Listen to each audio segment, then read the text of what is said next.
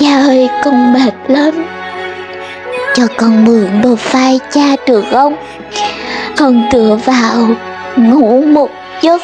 Giờ ngày mai lúc thức giấc nhưng cha không còn